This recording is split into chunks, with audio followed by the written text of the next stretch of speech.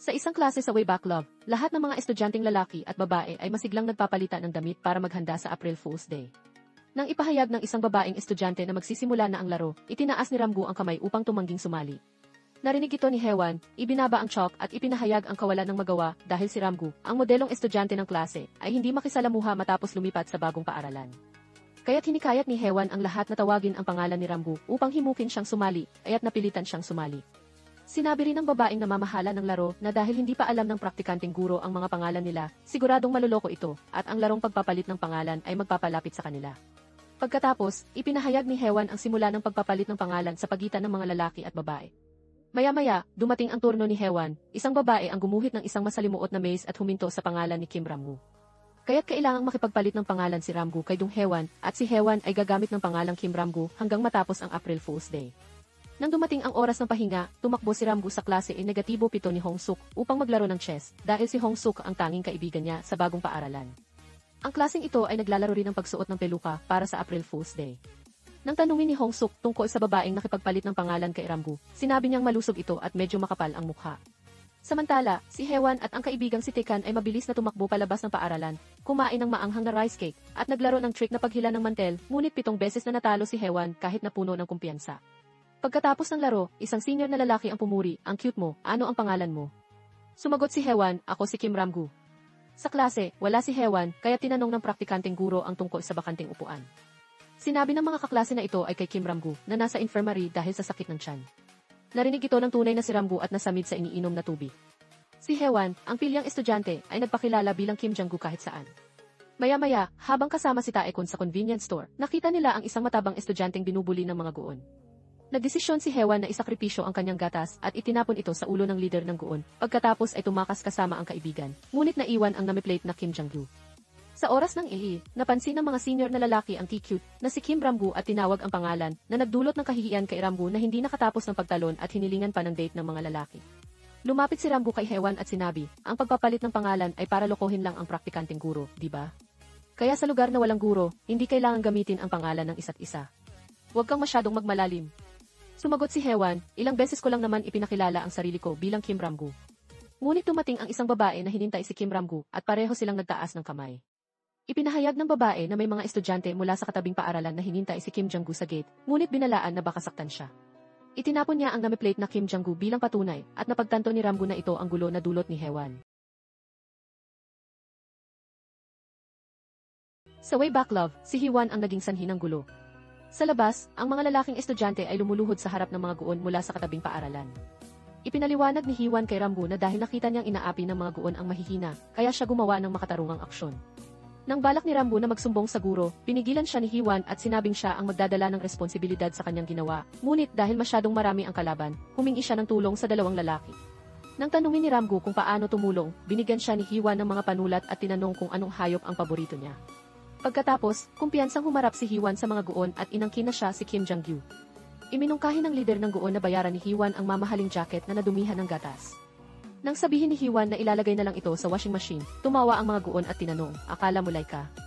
Si Hewan at ang dalawang kaibigan ay naghanda, ngunit hindi para makipaglaban kundi para ipakita ang mga tatoo ng hayop sa kanilang katawan.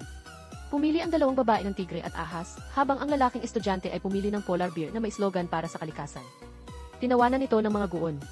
Tinanong ng lider kung alam ng mga ina nila ang tungkol sa mga tatoo, at sumagot si Hewan, "Nasa langit na ang nanay ko."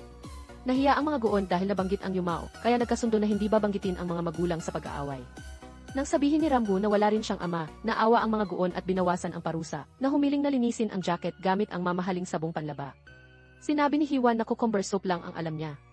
Habang nagrereklamo ang mga guon, dumating ang babaeng tagapangasiwa at tinanong kung sila ang mga naninigarilyo roon, kaya mabilis na tumakas ang mga guon. Umiti si Hewan kay Ramgu dahil naayos na ang gulo. Sa gabi, hinintay ni Ramgu ang pagsisimula ng bagong araw upang burahin ang tatoo ng polar bear, ngunit kahit kuskusin ay hindi ito natanggal. Naalala niya ang panulat ni Hewan na may tatak na kilong lasting. Walang magawa si Ramgu, habang si Hewan ay nagprint ng larawan ng mga tatoo ng tatlo at idinikit ito sa kanyang memory book. Ngunit sinabi ng nakababatang kapatid na si Hiju na iniingatan lang ni Hewan ang mga madilim na kasaysayan. Kinabukasan, kinunan ni Hong Suk ng litrato ang tatoo ni Ramgu gamit ang cellphone, kaya hinablot ito ni Ramgu at nagkaroon ng gulo sa pagitan nila. Sa Sa sandaling iyon, may dalawang babaeng lumapit at hiniram kay Ramgu ang isang yaoi romance book na ang matamis na lalaki na sinabing hindi nila inakalang magkapareho sila ng hilig dahil akala nila ay bookworm si Ramgu. Nainis si Hongsuk, ngunit hindi naintindihan ni Ramgu ang sinasabi ng dalawang babae. Pagkatapos, napansin ni Ramgu sa bulletin board na ginamit ni Hiwan ang pangalan niya para humiram ng maraming libro tungkol sa teenage psychology. Tinukso siya ni Hongsuk dahil lahat ng iyon ay hiniram sa pangalan ni Kim Ramgu. Ang dalawang babaeng mahilig sa yaoi ay nasiyahan dahil nakahanap sila ng kapwa mahilig sa libro kahit ipinaliwanag ni Ramgu na hindi siya ang humiram. Patuloy silang sumunod kay Ramgu. Sa gabi, kinuha ni Hiwan ang binili mula sa isang nagbebenta sa second-hand market na may nickname na Lee Hyori, ngunit ang nagbebenta ay si Zamgu. Sa Way Back Love, inabot ni Ramgu ang bag ng item kay Hiwan at hiniling na suriin ito on the spot. Sinabi ni Hiwan, ang tapang mo, isinulat mo sa second-hand market na nahihiya kang isuot kaya mo ibinenta. Tapos hiniling mo pang suriin ko ang Japanese lace bra dito. Nagpanik si Ramgu, itinago ang item sa bag, at ipinaliwanag na ang nanay niya ang nagbebenta, pero natutulog ito kaya siya ang nagdala, at kung may problema, mare-refund ito ni Ramgu. Nagmamadaling kinuha ni Ramgu ang basura para itapon, pero hinugot ni Hiwan ang item at sinabing pakikaluwagan niya ang kakaibang hilig ni Ramgu. Umatras si Ramgu at hiniling kay Hiwan na wag ikwento ito sa paaralan. Pag-uwi ni Hiwan, kinuha niya ang cellphone para magbigay ng very satisfied na review sa transaksyon, sinabing salamat sa mabilis na deal. Si Ramgu, pag-uwi, nakitang natutulog ang nanay niya, kaya umupo siya sa tabi nito. Habang kinukumutan ang nanay, napansin niya ang notification sa cellphone nito, nabasa ang mensahe ni Hiwan, pero binlock ang account nito. Kinabukasan, sa paaralan, napansin ni Ramgu si Hiwan na bitbit ang bag mula kagabi. Sa buong klase, napatingin siya rito, lalo na nang makitang gumuguhit si Hiwan ng parang lace na nagpaalala sa kanya, pero menu lang pala ito para sa araw na iyon. Habang naglalaro ng chess kasama si Hongsuk, napansin ni Ramgu si Taek yung sa baba na humihip ng kandila sa birthday cake at binigyan ni Hiwan ng bag na binili kagabi. Walang pag-aalinlangan, hinugot ni Hiwan ang lace bra at nagtawanan sila ni Taek yung habang sinusukat ito at nagtitrip. Napansin ito ni Hongsuk at sinisi si Ramgu sa hindi pagsabi na birthday ni Taek yung na magagamit sana niyang dahilan para makipagkilala rito. Sa klase, pinayuhan ng guro ang mga estudyante na mag-ingat sa pagte-text sa estranghero sa social media dahil may nagbebenta ng alak, sigarilyo at droga roon. Isang babaeng estudyante ang nagsabing nakakilala siya ng pervert sa second-hand market. Nang sabihin ni Hiwan na ganoon din ang naranasan niya, tumayo si Ramgu at sumigaw ng hindi pwede. Sumang-ayon ang guro, sinabing tama si Ramgu na hindi dapat mag-share ng personal info online. Pagkatapos, dinala ni Ramgu si Hiwan sa likod ng paaralan at dahan-dahang tinanong, may mali ba akong ginawa sa'yo? Pakiramdam ko pinapakaba mo ko dahil sa nangyari kagabi. Tinanong ni Hiwan, anong klaseng tao ako sa tingin mo? Sumagot si Ramgu, yung tipong kaya gawin yun. Pakikalagaan mo bang sikreto ang nangyari kagabi? Nang aalis na si Ramgu, hiniling ni Hiwan, pwede bang tulungan mo ko? Ipagpatuloy natin ang pagpapalit ng pangalan tulad noong April Fools. Alam mo ba, noong araw na yon, 70 points ako sa English test kahit nang hula lang. Nang kumain kami ni Taek yung ng teokbokki, binigyan kami ng libreng itlog na may 2 pula. Palagi kong iniisip kung bakit ang swerte ko noong araw na yun. Parang noong nagpalit tayo ng pangalan, hinati mo ang swerte mo sa akin. Alam mo naman na ang pangalan ay nakakaapekto sa kapalaran. Naalala ni Ramgu ang lahat ng gulo noong araw na iyon. Ipinaliwanag pa ni Hiwan na sinabi ng manghula sa tatay niya na kulang siya sa elementong kahoy, kaya magiging mahirap ang kanyang buhay at pag-ibig, pero ang pangalan ni Ramgu ay nagpabago ng swerte niya noong araw na iyon. Sa Way Back Love, sinabi ni Hiwan na ang pangalan ni Ramgu ay perpekto para sa kanya. Sumagot si Ramgu, ang pangalan ko ay hindi nangangahulugang kahoy, kundi pag-aari ng burol. Sabi ni Hiwan, hindi ba may mga puno sa burol? Kinikilabutan na ako. Kahit maraming dahilan ang ibinigay ni Hiwan, hindi tinanggap ni Ramgu ang pagpapalit ng pangalan. Pagkatapos ng klase, biglang lumapit si Hiwan at tinawag si Ramgu bilang Jung Hiwan. Nang sabihin ng mga kaibigan na tinawag si Kim Ramgu sa opisina, tumayo si Hiwan kasama si Ramgu at nagpanggap bilang siya para pumunta sa opisina. Sa SE class, nawala ng turn si Ramgu nang tawagin ng guro ang pangalan niya. Sa laboratory class, tinawag ng guro si Ramgu bilang Jung Hiwan at hiniling nagisingin si Kim Ramgu. Sa pagsusulit, aksidenteng isinulat ni Ramgu ang Jung Hiwan sa halip na sariling pangalan. Kaya, patuloy na tinawag ng mga guro si Hiwan bilang Ramgu at tuwing tinutukoy ang pangalan ni Hiwan, si Ramgu ang tumatayo bilang pagsang-ayon. Sa pagpapakilala ng mga magulang, nagkamali ang guro kung sino si Ramgu at sino si Hiwan. Humingi ng paumanhin ang tatay ni Hiwan dahil kinuha ng anak niya ang pangalan ni Ramgu at ginamit ito kahit saan. Tumango rin si Hiwan bilang paghingi ng sorry sa mag-ina ni Ramgu. Ipinahayag ng guro ang pangunahing paksa ng pulong na nagpakita ng artikulo kung saan pinuri si Ramgu dahil tumulong siya sa isang matanda na nag-donate ng buong ari-arian sa paaralan para sa scholarship.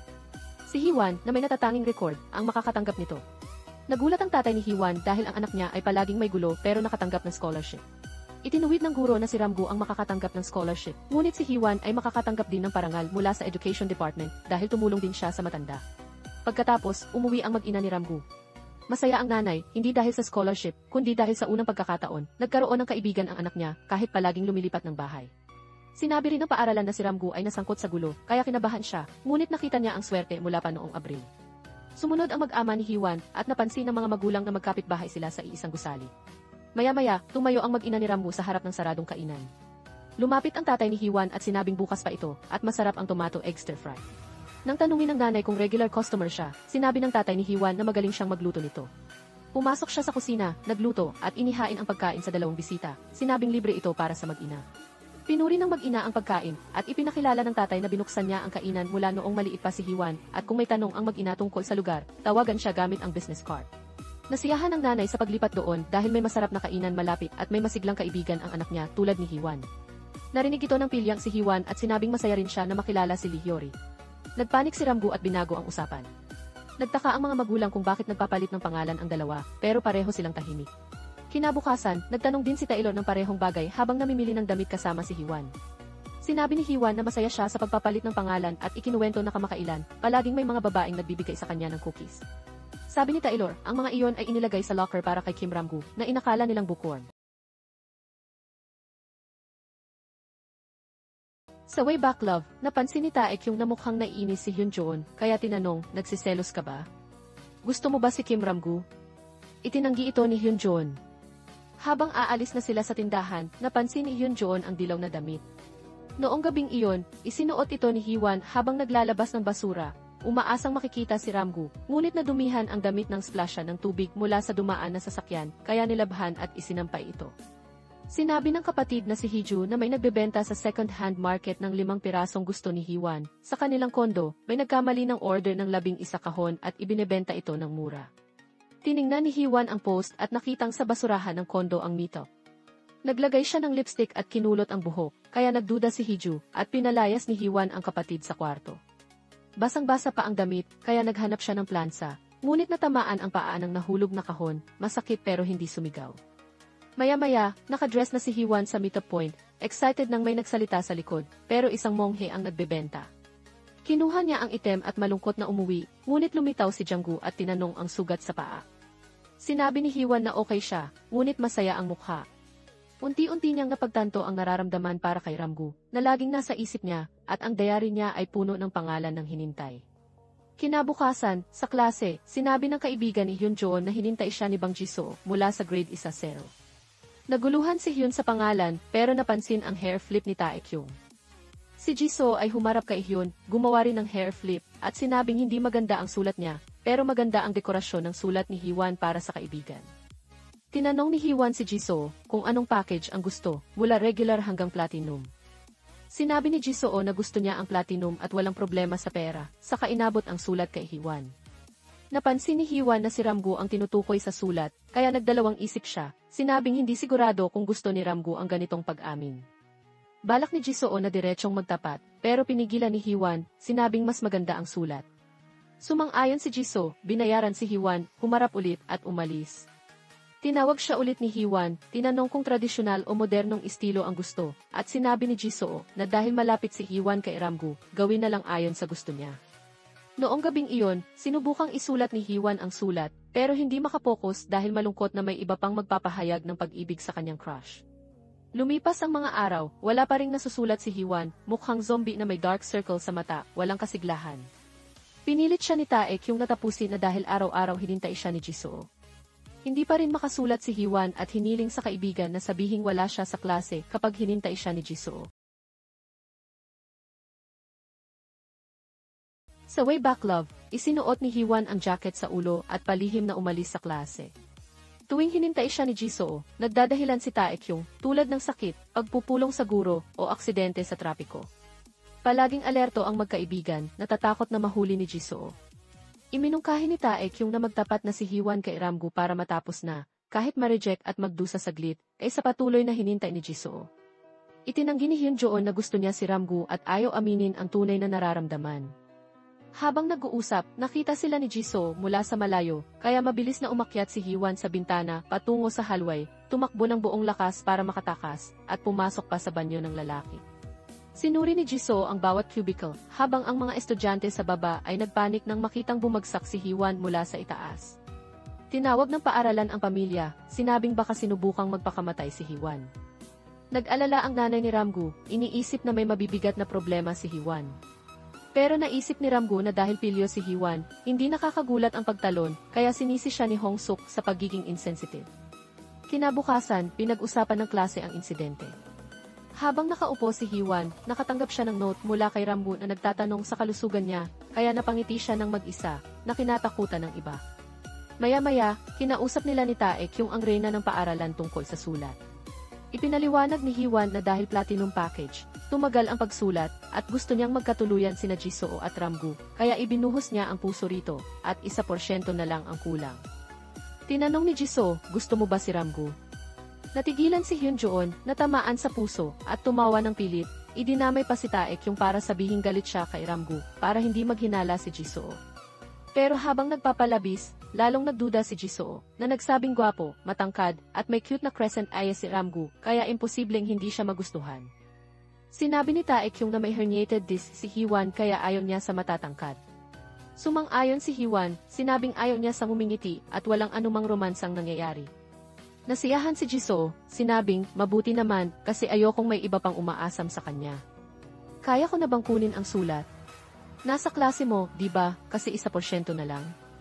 Dahan-dahang naglakad si Hyun, parang pilay, patungo sa klase, at nag-alinlangang ibinigay ang sulat kay Jisoo.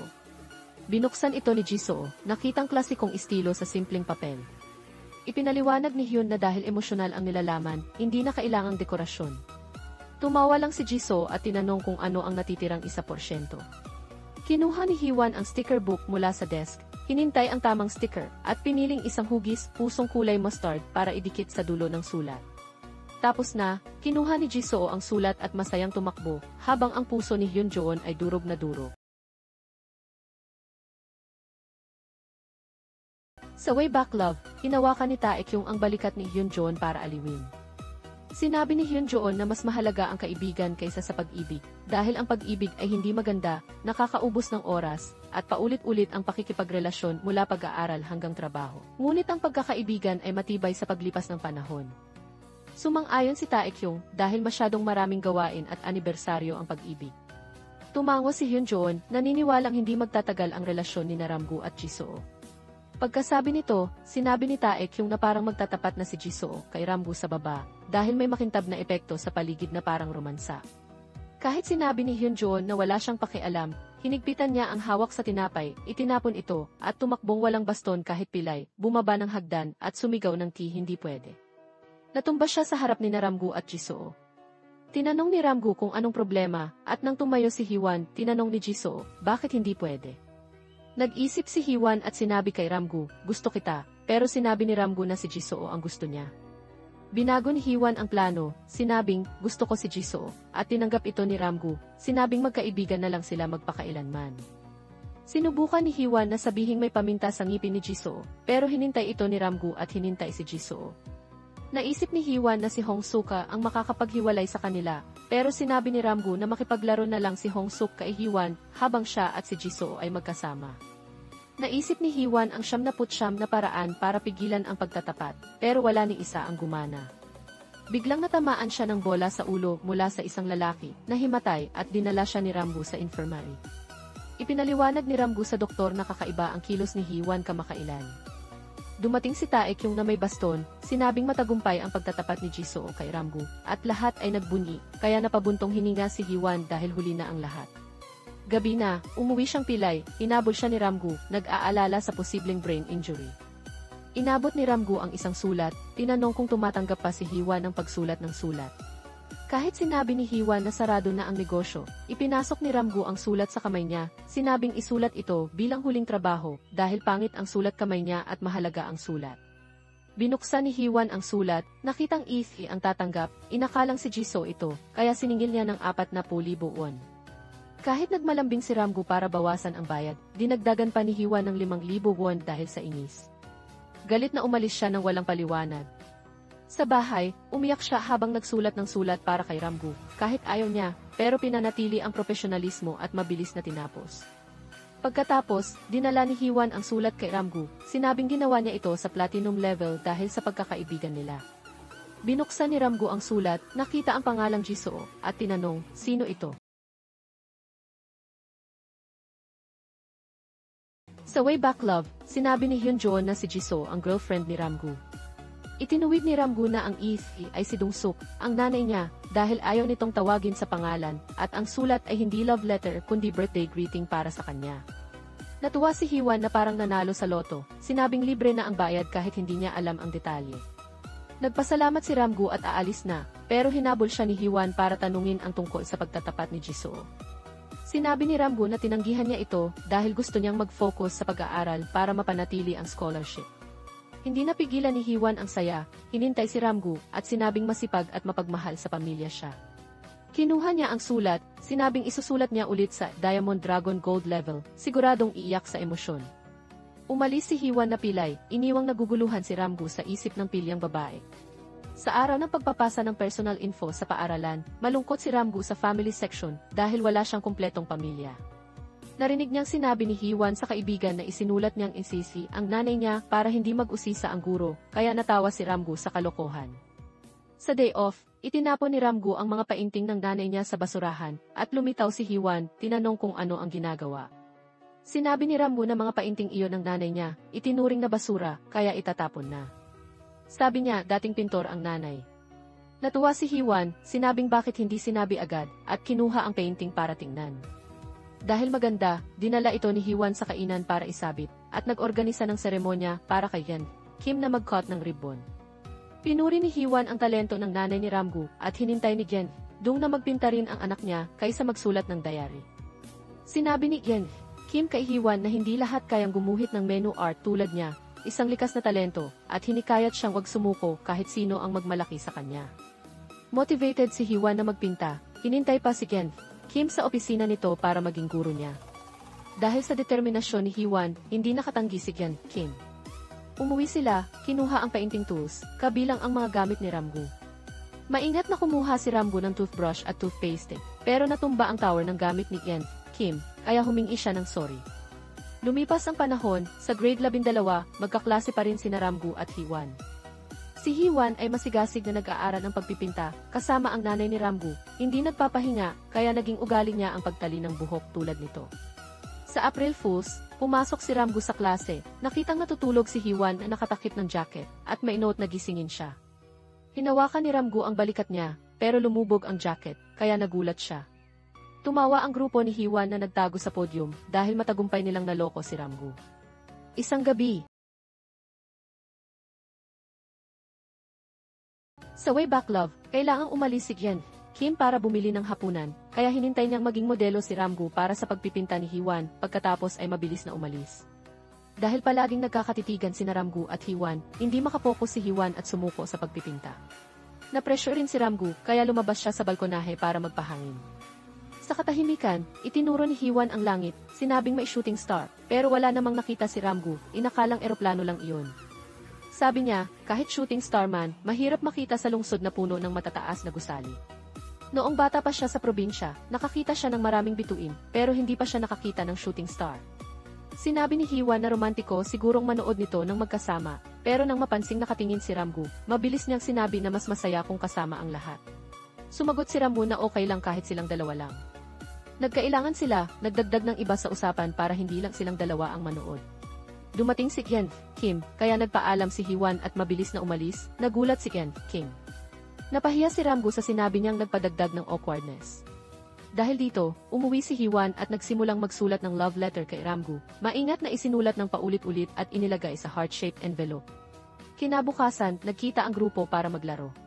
Pagkatapos magpicture, pumunta sila sa fair. Alam na ni Hong Suka ang paboritong ice cream ng dalawang babae, kaya nagboluntaryong bumili, kahit si Ramgu ay nagulat sa memorya ng kaibigan. Ipinakita ni Hong Suka ang picture kanina kay Ramgu, sinabing sinadya niyang tumayo sa anggulong iyon para katabi si Hiwan, hindi si Taekyung. Napagtanto ni Ramgu na may gusto ang kaibigan kay Hiwan. Tumakbo si Hong Suk para bumili ng sparkler para kay Hiwan. Natulala si Ramgu, napansing hindi lang sa chess, kundi pati sa pag-ibig ay magkalaban sila. Unang nakakilala sina Ramgu at Hongsuk sa harap ng punong internet cave, at may nagbigay ng flyer para sa board game shop. Naglaro sila roon pero hindi kailanman nanalo si Hongsuk. Unti-unting nagkaibigan sila, nagkikita sa library o tahimik na sulok ng paaralan para mag-chess. Ngayon, may 2 pilyang babae na ang grupo. Hawak ang mga sparkler, naglaro sila ng masaya sa paglubog ng araw.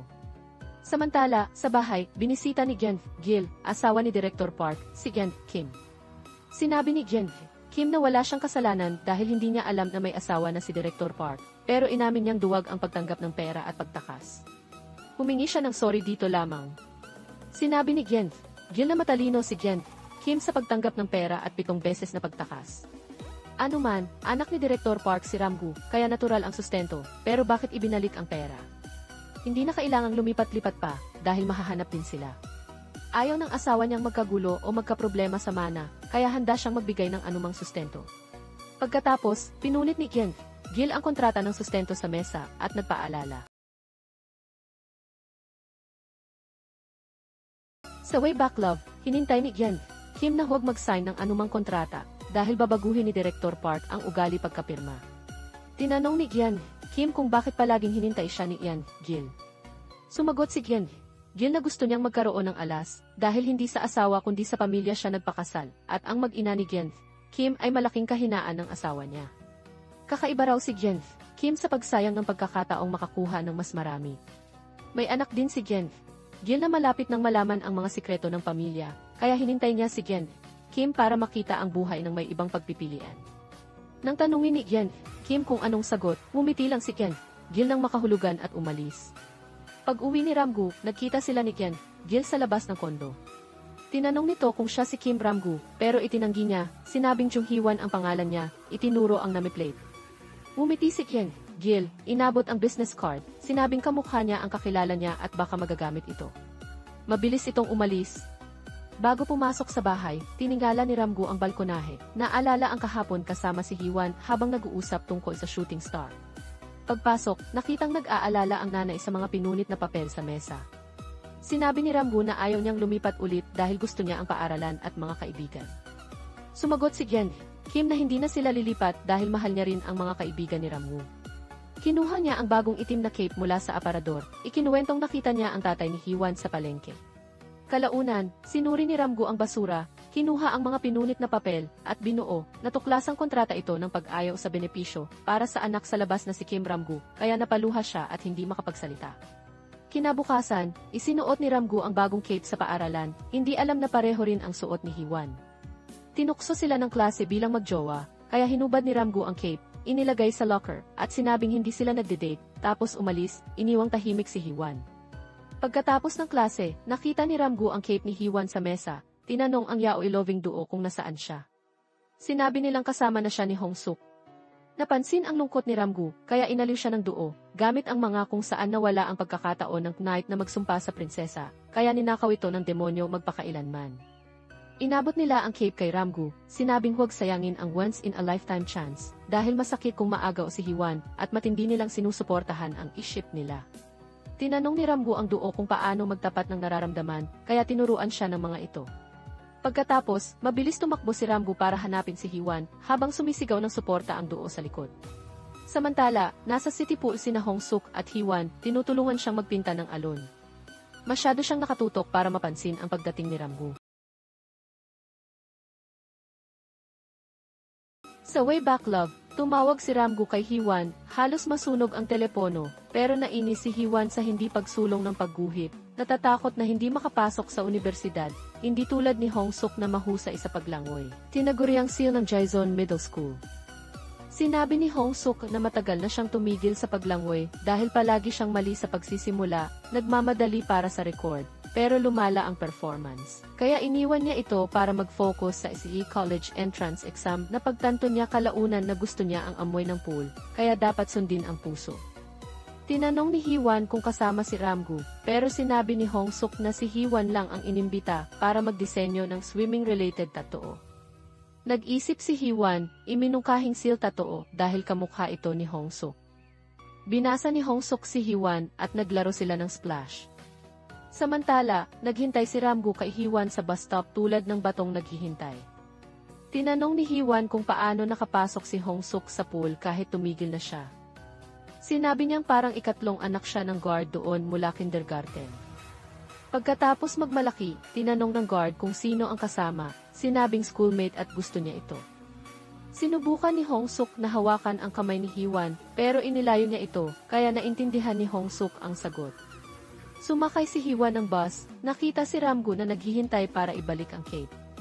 Nagulat si Ramgu na suot ni Hiwan ang jacket ni Hongsuk, pero nagdesisyong magtapat. Pinutol siya ni Hiwan, tinanong kung kasama nila si Hongsuk dahil sa kanya, at umalis bago sumagot si Ramgu, sinabing wala lang. Sa bahay, hinawakan ni Hiwan ang love letter, nag-isip at itinapon ito sa basura. 4 na taon ang lumipas, si Hiwan ay art student na. Isang araw, tamad na nakahiga, narinig ang doorbell at pilit na tumayo para buksan. Biglang lumitaw si Ramgu, sinabing siya si Dong Hiwan. Nagulat si Hiwan, isinara ang pinto, nadali ang kamay ni Ramgu. Nanatiling gulat si Hiwan. Pumasok si Ramgu, binuksan ang bintana para sa liwanag, at sinabing mula nang magtapos, 4 na taon na silang hindi nagkita, at April Fool's Day na naman, may maraming kwento sila tungkol dito. Nanginginig si Hiwan, sinabing, patay ka na 4 na taon na. Balik sa 4 na taon, pagkatapos itapon ang sulat, kinabukasan, tinapik ni Hiwan si Ramgu, sinabing balak niyang iwasan siya, pero naawa siya sa itsura niya. Alam niya ang kailangan ni Ramgu, kaya hinintay siyang sumama sa isang magandang lugar. Pumasok sila sa school storage room, puno ng pintura at gamit ni Hiwan, sikreto nila ni Taekyung. Inakala ni Ramgu na may multo o bawal na kemikal doon dahil sa Tino entry sign. Sa way back love, ibinigay ni Hiwan ang paintbrush kay Ramgu, hiniling na magpinta sa dingding kasama siya. Nagdalawang isip si Ramgu, pagkatapos ay nagsimulang magkwento, minsan, may bisitang pumupunta sa bahay, hindi ko hinintay, asawa siya ng lalaking tinuturing kong ama. Hindi ko alam kung ano ang itawag sa kanya. Dumadalaw siya, nagbibigay ng pera, at umalis, siguro para manahimik ako at kalimutan ang pag-iral ko. Pero nagtataka ako kung bakit hindi kailanman hinintay ng tatay ko, kahit isang beses. Bata pa ako, iniisip ko na ito, pero hanggang ngayon, hindi ako sigurado kung gusto ko siyang makita. Sumagot agad si Hiwan, ganyan din ako. Namatay ang nanay ko noong 4 ako. Sa unang araw ng elementarya, lahat ay masaya, pero umiiyak ang tatay ko. Tinanong ko kung bakit, sabi niya, gusto talaga ng nanay ko na makapunta roon, kaya hindi niya napigilan ang luha. Maliit pa ako, wala akong masyadong alaala sa nanay ko, pero umiyak ako kasabay ng tatay. Sinabing miss ko siya, kahit hindi ko sigurado kung totoo ang nararamdaman ko o kailangan ko lang magpanggap. Isinausaw ni Hiwan ang brush sa pintura at nagpatuloy sa pagpipinta. Sumali rin si Ramgu, iniwan ang mga malulungkot na kwento, at nag-enjoy sa pagpipinta. Natapos nila ang dingding na parang makulay na gabi, pero kulang pa, kaya gumamit si Hiwan ng orange para sa mga shooting star. Lumapit si Ramgu, iginuhit ang Saturn sa mataas na sulok. Maliit ang agwat nila, pero bago maramdaman ang romansa, biglang pumasok si Taekyung. Hindi natuwa sa presensya ni Ramgu, sinisisi si Hiwan sa hindi pagsabi na may iba roon at hindi pagbabasa ng messages tungkol sa weekend plans. Iniwan siya para sa bagong kaibigan. Sinabi ni Hiwan na may appointment siya sa Seoul kasama ang tatay, pero inakala ni Taekyung na hindi siniseryoso ni Hiwan ang pangako nila, palaging may dahilan para mag-sorry. Pagod na siya sa mga kwento ni Hiwan tungkol sa pagpasa sa universidad. Pinigilan siya ni Hiwan sa labis na pagsasalita, pero hinintay ni Taekyung ang group photo sa salamin at umalis. Nahirapan si Ramgu at Hongsuk sa away ng magkaibigan. Lalo na si Ramgu, alam niyang siya ang dahilan. Sinabi ni Hongsuk na kailangang ilabas ang dalawa para ayusin ang gulo, pero alam ni Ramgu na gusto lang nitong mag-group outing. Naghiwalay ang dalawang lalaki para kumbinsihin sina Hiwan at Taekyung. Sinabi ni Ramgu kay Hiwan na graduation trip ito, kasama sina Hongsuk at Taekyung, posibleng huling pagkakataon nila, kaya hindi dapat palampasin. Sa salitang tikita, napagtanto ni Hiwan na pagkakataon itong lumapit kay Ramgu, kaya ngumiti siya, sinabing iisipin niya. Samantala, sinubukan ni Hongsuk na kumbinsihin si Taekyung, pero ayaw nitong makisalamuha kay Hiwan. Ginamit ni Hongsuk ang huling baraha, binanggit ang sikat na Mami Bakery, sinabing magsasara ito ng 1 taon pagkatapos ng linggo. Sa Way Back Love, sinabi ni Hongsuk na magpapahinga ang may-ari ng Mami Bakery ng 1 taon, kaya nagulat si Taekyung at sumang-ayon na sumama kahit galit kay Hiwan. Nagkita ang grupo sa bus terminal para sa camping trip. Medyo awkward pa rin sina Hee-won at Tae-kyung, pero nilibang ni Hong-suk ang lahat para maging masaya ang outing. Dinala ni Hee-won ang love letter para ibigay kay Ramgu kapag may pagkakataon. Pagdating, pumunta sila sa pier para tingnan ang dagat at maglaro. Napansin ni Hong-suk ang closeness ni Ramgu at Hee-won, nagduda siya. Pumila sila sa sikat na Mami Bakery, pero para makabilis, naghiwalay sa dalawang linya. Binasa ni Tae-kyung ang mga order sa dalawang lalaki, pero hindi sila nakinig o nagsulat, kaya nainis sina Hee-won at Tae-kyung, inabot ang mga gamit sa kanila, at pinalaya sila sa pila. Nakita ni Ramgu ang poster ng Winter Meteor Shower Festival, naalala ang gustong manood ng shooting star ni Hee-won. Samantala, inaayos ang gallery opening ni Yeon Kim. May nagpadala ng bulaklak, at nalaman niyang mula kay Yeon Gil, na nagsulat na hiwalay na siya kay Director Park. Pareho silang may dahilan para magdiwang, at binati ang opening. Habang nakikipagkwentuhan si Yeon Kim, tumawag si Ramgu, sinabing may Meteor Shower Festival. Alam ni Yeon Kim na gusto niyang makasama si Hee-won, pero bago makasagot, sumingit si Yeon Dung, sinabing hayaan ang mga bata, at mag-iiwan siya ng cake. Ngumiti si Yeon Kim, sinabing maglaro ka, pag-uwi magpaparty tayo. Pagkatapos, sumali si Ramgu sa festival, naglaro ng todo kasama ang grupo. Nasira ang jacket ni Hong-suk sa sobrang saya, kaya tinahi ito ni Tae-kyung pansamantala. Nakatuon si Hee-won sa raffle booth, kung saan pwedeng manalo ng observatory ticket para sa shooting star. Habang pumipili ng strap, lumapit si Tae-kyung, awkward na humingi ng sorry, inakalang magkasama sila palagi, pero natakot na maiwan kung hindi siya makapasok sa universidad. Sumagot si Hee-won na kahit anong mangyari, magkasama pa rin sila bilang magkaibigan. Umiti si Tae-kyung, nagkasundo ang magkaibigan. Sina Ramgu at Hong-suk ay nasa booth ng Future Letters via Shooting Star. Napansin ni Ramgu na nakatingin si Hong-suk sa phone, kaya tinanong kung anong problema. Sinabi nitong pinaparetake ng nanay niya ang exam, pero ayaw niyang mag-aral sa magandang universidad. Gusto lang niyang maging masaya, pero walang naniniwala. Kinuha ni Ramgu ang sulat mula sa booth, isinulat para kay Hong-suk sa hinaharap. Naantig si Hong-suk, pero nagtaka kung may tinatago si Ramgu, saka tumingin kay Hee-won. Inamin ni Ramgu na may gusto siya kay Hee-won, tinanong kung kailan ito napansin ni Hong-suk. Sumagot itong pagkatapos siyang tanggihan ni Hee-won, napansin niyang palagi siyang tinitingnan ni Hee-won, at si Ramgu rin ang tinitingnan niya, kaya unti-unting naintindihan niya.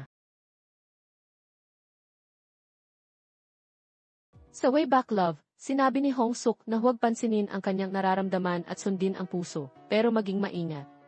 Gabi noon, nakaupo ang grupo sa damo, naghahanda para sa meteor shower, nang tumawag ang isang di kilalang numero kay Hee-won. Lumayo siya, narinig na nanalo siya ng observatory ticket para sa shooting star. Balak niyang isulat ang pangalan ni Ramgu sa raffle, pero dahil nagpalit sila ng pangalan niya ang naisulat. Masayang hinintay niya si Ramgu sa isang liblib na lugar, binati siya sa panalo, sinabing ito ang huling pagkakataon na tawaging Jung Hyun-joon dahil nakapasa siya sa universidad, nagkaayos kay Tae-kyung, at nakasama ang mga hinintay na kaibigan, lahat ng gusto niya ay natupad, kaya masaya siya at hinintay na maging masaya rin si Ramgu bilang Dong Hee-won. Ngumiti si Ramgu, hinintay si Hee-won na sumama, may mahalagang sasabihin, pero tumanggi siya, inabot ang love letter, sinabing basahin ito sa observatory at umalis. Tinawag siya ni Ramgu, sinabing mahirap ang pagpapalit ng pangalan, pero ito ang pinakamasayang ginawa niya sa high school, at hinintay na umupo sila ng magkatabi sa tren. Ngumiti sila, nagpaalam at naghiwalay. Sa observatory, binasa ni Ramgu ang sulat ni Hee-won.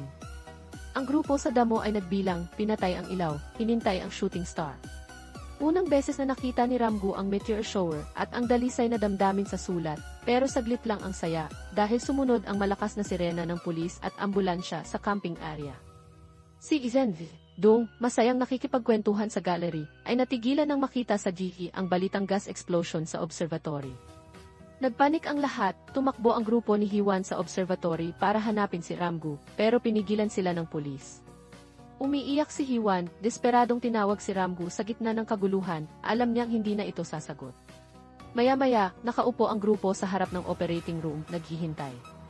Dumating sina Yeon Dung at Yeon Kim sa ospital, nataranta. Hindi nakita ni Yeon Kim ang anak, napagtanto ang trahedya. Nang makita ang listahan ng mga pasyente sa surgery, napaluhod siya sa sakit.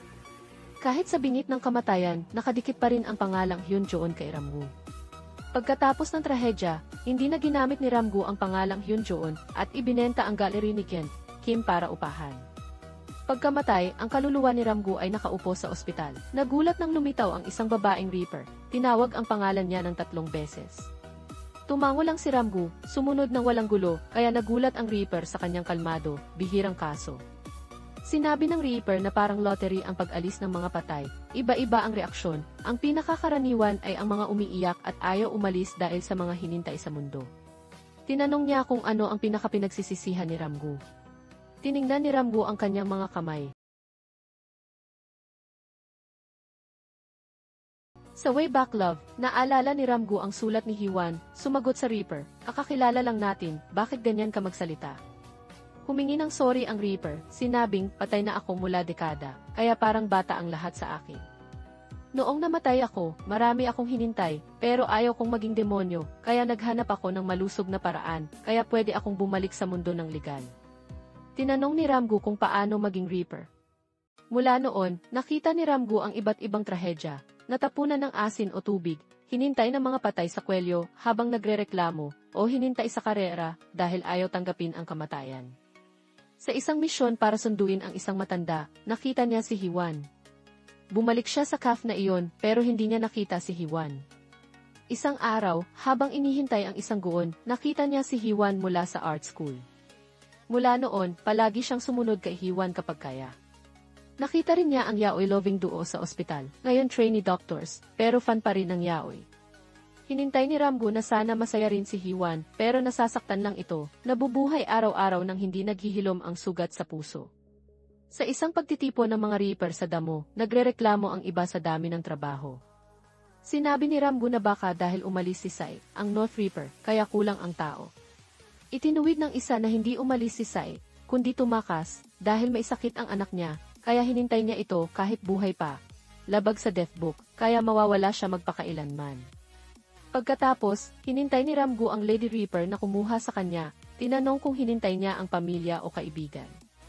Sumagot itong minsan lang, pero mahirap tiisin, mas mabuting hintayin na masaya sila, kaysa makitang miserable sila nang walang magagawa. Kinabukasan, tiningnan ni Ramgu ang death book para sa susunod na kukunin, pero nang makita ang info ni Hiwan na ang dahilan ng kamatayan ay suicide, natigilan siya, hindi nagpatuloy, nakatulala sa gulat. Balik sa kasalukuyan, pagkatapos ng tanong ni Hiwan, kinumpirma ni Ramgu na patay na siya 4 na taon na, at may mahalagang sasabihin, mamamatay ka sa 1 linggo, sa 100 oras, 76 minuto, 12 segundo.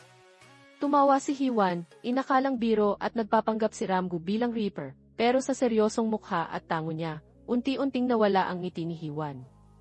Lumapit siya, sinundot ang pisngi ni Ramgu, hinintay para siguraduhin na totoo. Pagkatapos tumakbo sa labas, hinintay ang delivery guy na pumasok para harapin ang T-pervert sa bahay. Binuksan nila ang pinto, pero si Hiwan lang ang nakakita kay Ramgu, walang nakita ang shipper. Sinabi ni Ramgu, "Hindi niya ako makikita, huwag kang mag-aksaya ng oras. Mahaba pa ang buhay ng shipper na ito, pero mahirap ang dadaanan." Sa Way Back Love, nainis ang delivery guy, inakalang niloloko siya ni Hiwan, kaya umalis. Tinawag ni Hiwan ang doktor, tinanong kung ang gamot niya ay nagdudulot ng hallucinations, pero sinabing wala. Kalmado si Ramgu, sinabing karaniwang ilang oras bago tanggapin ito, pero pagsisisihan niya ang nasayang na oras dahil maraming pagsisisi pagkamatay. Sasabihin niya ang payo, pero narinig ang bad his chance. Nakita niyang naka-blindfold at nagmumuni-muni si Hiwan. Lumapit si Ramgu, sumigaw sa tenga niya na sanay na siya rito, parang ringtone lang ang chance. Tumayo si Hiwan, naglibot, tinanong kung sino si Ramgu, bakit siya nagpapakilalang Hiwan at tinutukoy siyang Kim Ramgu. Sinabi ni Ramgu na si Hiwan pa ang nag-insist sa pagpapalit ng pangalan, pero ngayon ayaw na. Hinintay niya ang mga gamit, kinuha ang yearbook, binuklat, at naalala ang high school, pero natigilan nang makitang napunit ang mukha niya sa larawan. Tiningnan niya si Hiwan, pero sinabuyan siya nito ng fire extinguisher. Napahanga si Ramgu, dahil karaniwan lang asin o dugo ng manok ang itinapon sa kanya, kaya bago ang extinguisher. Pagod na si Hiwan sa sobrang optimismo ni Ramgu. Lumabas siya, pero sumunod si Ramgu, walang tigil sa pagsasalita, kaya tinakpan ni Hiwan ang tenga. Bumili siya ng adult sa una ticket, nag-relax, pero paglabas, sumunod pa rin si Ramgu, patuloy ang daldal. Nainis si Hiwan, tinanong kung bakit si Ramgu ang magsasabi ng kamatayan niya. Sinabing benepisyo ito mula sa kakilala. Hinintay ni Hiwan na iwan siyang mag-isa, babalik na lang si Ramgu pagpatay na siya. Hinintay siya ni Ramgu sa isisi ng ospital. Ipinakita ang mga doktor na nagsisikap iligtas ang isang guon, habang may Reaper na naghihintay. Dumating ang isa pang pasyente, nagpa-triggers ng trauma kay Hiwan mula sa aksidente noon. Hindi na iligtas ang guon, sumuko ang mga doktor. Kinuha ni Ramgu ang info sheet, binasa ang oras ng kamatayan at pangalan ng guon 3 beses, para sa final confirmation, ibinigay sa ibang Reaper. Napagtanto ng guon na patay na siya, umiyak at umalis kasama ang Reaper. Naniwala na si Hiwan kay Ramgu. Tinanong ni Ramgu kung ano ang gusto niyang gawin sa natitirang 1 linggo, pero sinabing gusto lang niyang matulog, tatayo na, pero pinigilan siya ni Ramgu. Tinanong kung wala ba talaga siyang gustong gawin, tulad ng makipagkita sa isang tao, mag-travel, mag-tour sa mga sikat na bakery, o mag-solve ng mahihirap na math problems. Sumagot si Hiwan na iyon ang mga hinintay ni Ramgu. Itinanggi ito ni Ramgu, sinabing iba ang mga gusto niya, at kinuha ang notebook ng mga hinintay niyang gawin bago mamatay. Sa Way Back Love, ipinakita ni Ramgu ang notebook kay Hiwan para rumesbak siya, pero walang interes si Hiwan at tumayo para umalis. Nagmakaawa si Ramgu, sinabing nakakabagot mag-isa bilang Reaper, kaya nakumbinsi niyang basahin ulit ni Hiwan ang listahan. Sinabi niyang 10 nais lang ang gagawin nila. Hinintay ni Hiwan na ipangako ni Ramgu na pagkatapos ng 10 ito, aalis siya at hindi na babalik. Tumango si Ramgu, nangakong mawawala siya pagkatapos. Una, nag-tandem bike sila sa park, kahit mukhang baliw si Hiwan na nag-ensayo mag-isa sa paningin ng iba. Pagkatapos ng 1 round, umupo sila, tinanaw ang gabi. Hindi naintindihan ni Hiwan ang nais ni Ramgu, pero hinintay niyang i-cross out ang bike ride.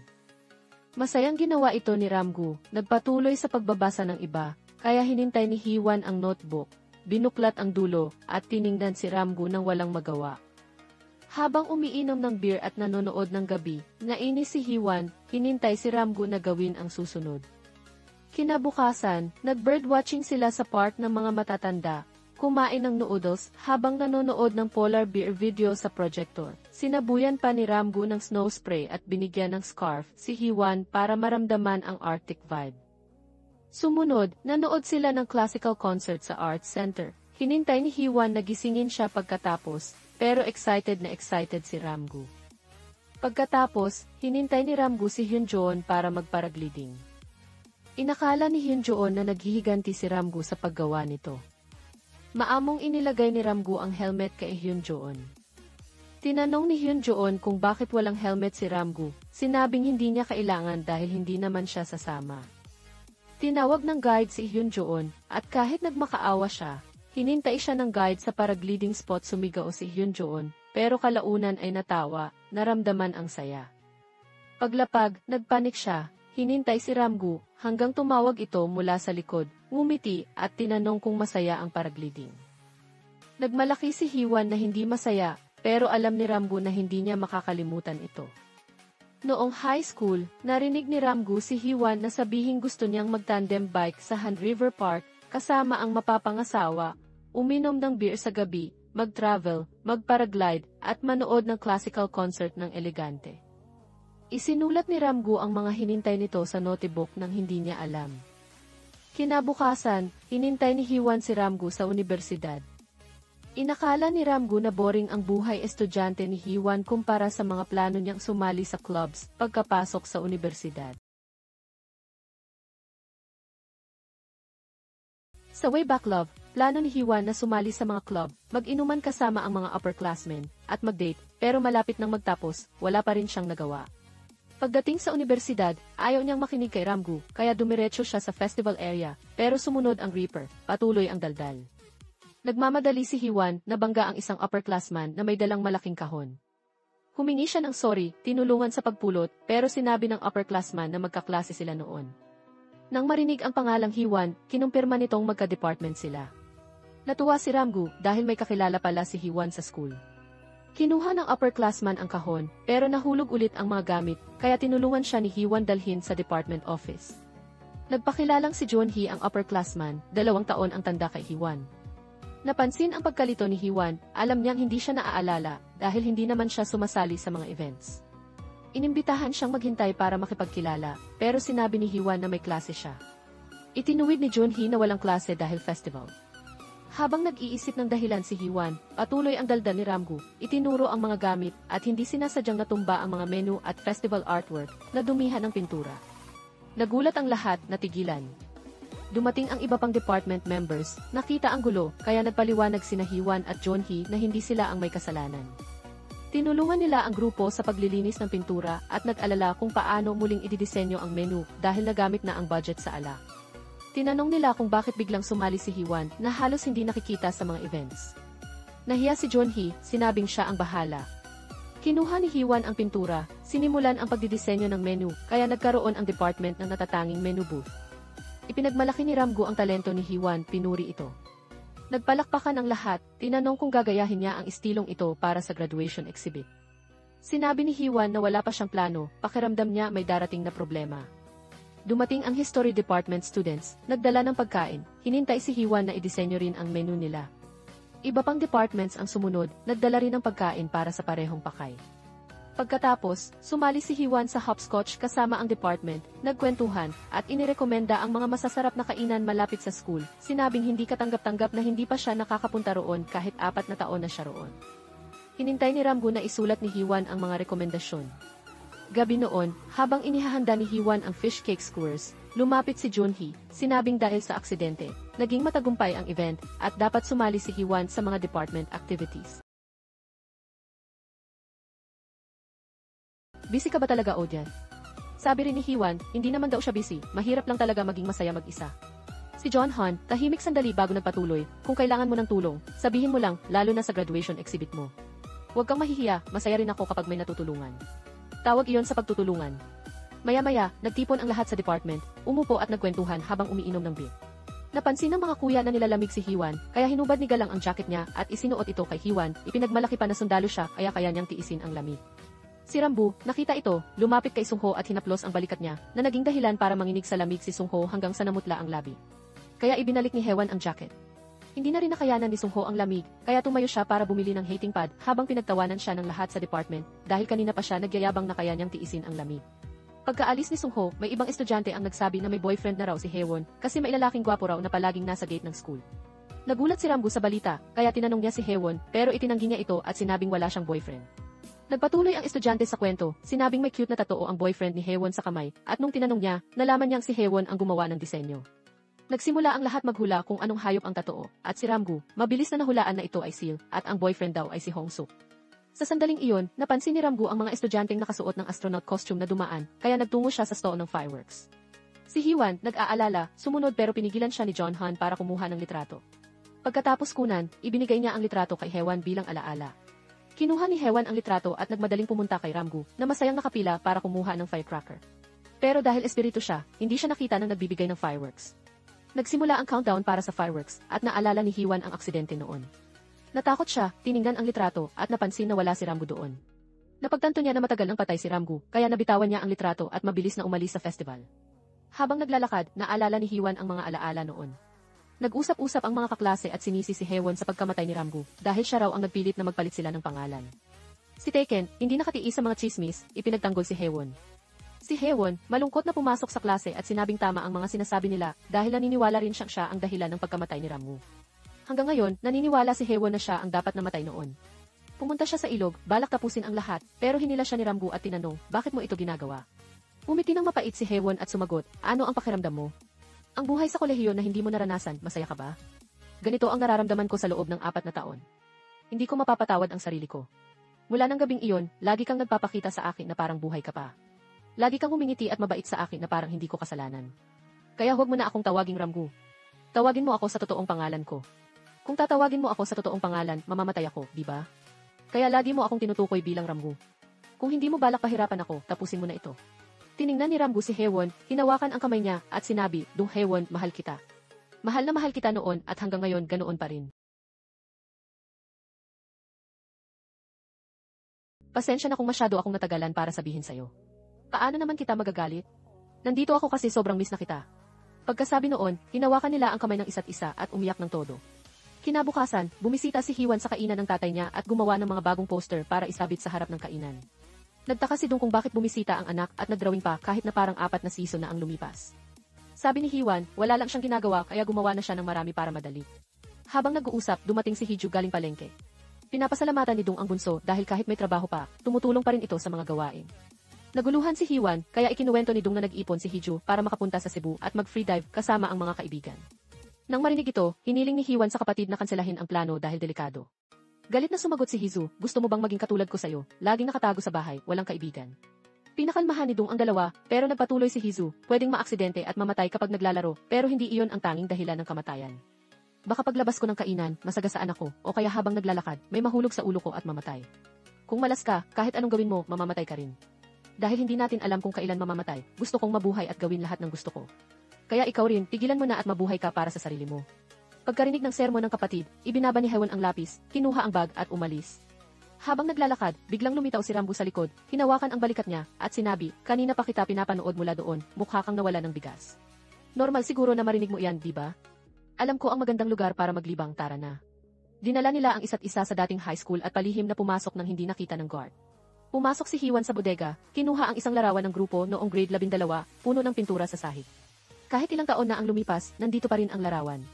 Curious si Ramgu, tinanong kung kamusta na sina Taekon at Hongsuk. Sabi ni Hiwan, baka wala na si Taekon sa Korea, at si Hongsuk, matagal nang nawala ang komunikasyon. Naisip ni Ramgu na masyadong malungkot si Hiwan dahil siya na lang ang natitirang kaibigan mula high school, kaya nagdesisyon siyang makipagkita kay Hongsuk para makipagkwentuhan. Habang nagsasalita mag-isa si Ramgu, nagtago si Hiwan sa isang sulok dahil pumasok ang guard sa bodega. Walang pakialam si Ramgu, kinuha ang cellphone sa bulsa ni Hiwan at tinawagan si Hongsuk.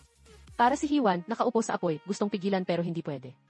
Hintayin niya munang umalis ang guard bago kinuha ulit ang cellphone at pinatay. Sabi ni Hiwan, malamang binura na ni Hongsuk ang numero niya. Pero pagkasabi noon, tumawag si Hongsuk, tinanong kung anong problema, at sinabing busy na siya, mabilis na binabaan bago pa makapagsalita si Hiwan. Kahit pinipigilan ni Hiwan, isinulat pa rin ni Ramgu ang bagong wish sa listahan, makipagkita kay Hongsuk. Pagkatapos, lumabas si Ramgu, iniwan si Hiwan sa bodega para maghanap ng paraan para makalabas. Sabi ni Ramgu, kung papayag si Hiwan na makipagkita kay Hongsuk, bubuksan niya ang pinto. Walang choice si Hiwan kundi sumang-ayon. Maya-maya, pumunta sila sa swimming center para hanapin si Hongsuk at nakita siyang nagtuturo sa mga estudyante ng stretching bago lumangoy. Nang tumingin si Hongsuk, kumaway si Hiwan dahil naengganyo ng sitwasyon. Umupo sila sa opisina, tensyonado ang hangin, walang nagsasalita, kaya si Zamwoo. Parang pressure din si Zamwoo dahil hindi niya alam kung anong nangyayari. Tinanong ni Hongsuk si Hiwan, pumunta ka ba rito kasi may gusto kang sabihin? Nag-alinlangan si Hiwan, hinintay ang gabay ni Ramgu para magpatuloy. Bulong ng multong si Ramgu kay Hiwan na sabihin na laging ipinapakita ni Hongsuk ang kaliwang profile niya kasi mas maganda raw iyon para maakit ang mga babae at na mahilig pa rin si Hongsuk sa amoy ng paa niya. Naguluhan si Hongsuk sa sinasabi ni Hiwan kaya nagpaliwanag siya na masyado lang siyang nag-iisip kaya nagsalita ng kung ano-ano. Hindi maganda ang lagay kay Ramgu kaya hiniling niya kay Hiwan na tanungin si Hongsuk tungkol sa dating nila pero umiwas si Hiwan sa topic at tinanong na lang kung natapos na ni Hongsuk ang military service. Tinuro niya ang mga libro sa mesa, curious kung ano ang pinag-aaralan nito. Mabilis na kinuha ni Hongsuk ang mga libro, inilagay sa backpack, at sinabing nagre-review lang siya para sa exam nang tanungin ni Hiwan kung anong exam pa ang kailangan niya sa oras na iyon. Pinapalisin siya ng banayad ni Hongsuk dahil hindi siya komportable sa presensya ni Hiwan. Napilitan si Hiwan na umuwi at sinabi kay Ramgu na siya na lang ang mag-ayos ng issue kay Hongsuk. Sumang-ayon ang multo, gusto niyang bigyan si Hiwan ng huling pagkakataon para linisin ang lahat. Biglang lumabas si Hongsuk at tinanong, totoo bang nandito ka dahil kay Ramgu? Biglang tumunog ang malakas na sirena ng ambulansya na nag-trigger ng trauma ni Hiwan. Natakot siya, nahirapang huminga at napaluhod sa lupa. Hiniram ni Hongsuk ang plastic bag ng isang matanda at ibinigay kay Hiwan para makahinga ng maayos. Walang magawa si Ramgu, tahimik lang siyang tumingin bago umalis. Nang pakikalmahan si Hiwan, tinulungan siya ni Hongsuk na tumayo at inaya maglakad-lakad para makalimutan ang nangyari. Habang naglalakad, sinabi ni Hiwan, hindi ko kayang mabuhay na parang walang nangyari tulad mo. Hindi ko pa rin matanggap. Paano ka naging normal ulit ng ganoon kabilis? Totoo, naiinggit ako sa'yo dahil dyan. Umiti ng mapait si Hongsuk at sumagot, bakit mo iniisip na ikaw lang ang nahihirapan? Kanina nung tumawag ka, ayaw ko talagang sagutin kasi natatakot akong may mangyari ulit. Kapag may aksidente sa balita, iniisip ko agad ang masama, natatakot akong may kakilala akong lalabas doon. Bakit mo iniisip na ikaw lang ang ganoon? Kapag pagod ka na dahil kay Ramgu, kailangan kong magpanggap na okay lang ako at magpalit ng topic. Akala mo madali iyon? Ayaw nang makinig ni Hiwan kaya tumalikod siya, pero nagpatuloy si Hongsuk, sana hindi mo na binanggit si Kim Ramgu. Nung sinabi ko iyon, naisip mo ba kung ano ang nararamdaman ko? Nandoon din ako, Hiwan. Pagkatapos makakalmahan, umupo sila sa bench at naglabas ng saloobin. Sabi ni Hongsuk, alam ko, hinanap mo lang ako kasi naalala mo si Ramgu, pero totoo ang nararamdaman ko. Gusto kong sabay nating lampasan ito. Hanggang ngayon, hindi pa rin ako sanay sa tunog ng sirena, kaya gusto kong subukan ang trabahong kailangang marinig iyon araw-araw. Naghahanda akong maging bombero. Kahit anong sirena pa iyan, kapag nagulat ako, magugulat lang ako, pero trabaho ko iyon. Totoo, nasasaktan din ako at nagsisisi kasi iniwan natin si Ramgu mag-isa sa observatory. Lagi akong umaasa ng kahit isang tanong mula sa'yo, Hiwan. Sabi ni Hiwan, akala ko gusto mo nang kalimutan si Ramgu. Umiiyak si Hongsuk dahil sa sakit na pinigilan niya noon dahil para sa kanya, si Ramgu ang pinakamabuting kaibigan. Habang nagsasalita, umiyak si Hongsuk ng todo, tulad noong libing ni Ramgu, 4 na taon na ang nakalipas, pagkatapos nilang maayos ang hindi pagkakaunawaan. Sinamahan ni Hiwan si Hongsuk pabalik sa sentro at sinabi, kakalimutan ko na ang lahat at susubukang mabuhay ng masaya hanggang sa wala akong oras para kontakin ka. Kaya kahit hindi ako makipag-ugnayan, huwag kang magtatampo at mabuhay kang mabuti, ha? Pasensya na kung naging makasarili ako at iniisip ko lang ang sarili ko. Umiti si Hongsuk at sumagot, alagaan mo ang pagkain mo at huwag kang magpapakita sa balita sa ha? Paalam. Pumasok si Hongsuk, nakita ang chessboard na paborito ni Ramgu sa mesa, umupo, kinuha ang liham na isinulat ni Ramgu para sa kanya, 4 na taon na ang nakalipas, at napangiti ng masaya, hindi alam na nakaupo si Ramgu sa harap. Hinintay siya para tapusin ang laban sa chess na natigil. Umiti ng buong puso ang multo at sinabi, kahit nasaan ka, kahit anong gawin mo, mabuhay ka ng buong saya, ha? Naniniwala akong kaya mo iyan. Samantala, habang naglalakad si Haewon, inaalala niya ang mga alaala ng huling araw na nakita niya si Ramgu. Tinanong niya ang sarili, kung hindi niya hinayaan si Ramgu na mag-isa sa observatoryo, kung itinago niya ang love letter at naglakad sila ng magkasama, magbabago kaya ang lahat? O kung hindi niya sinagot ang tawag mula sa hotline ng raffle, at nanatili siyang nanood ng meteor shower, kasama ang grupo, mag-iba kaya ang nangyari? O kung bumalik si Ramgu ng maaga sa art studio, para sa party kasama ang nanay niya, ano kaya ang mangyayari? O simpleng hindi sila nagkakilala at hindi nagpalitan ng pangalan, magkakaiba kaya ang hinintay? Habang naglalakad at nag-iisip, biglang lumitaw si Ramgu sa harap, kaya sinabi ni Hiwan, may isang tao akong kailangang makita bago ako mamatay ang guro ko sa pagpipinta, ang nanay mo.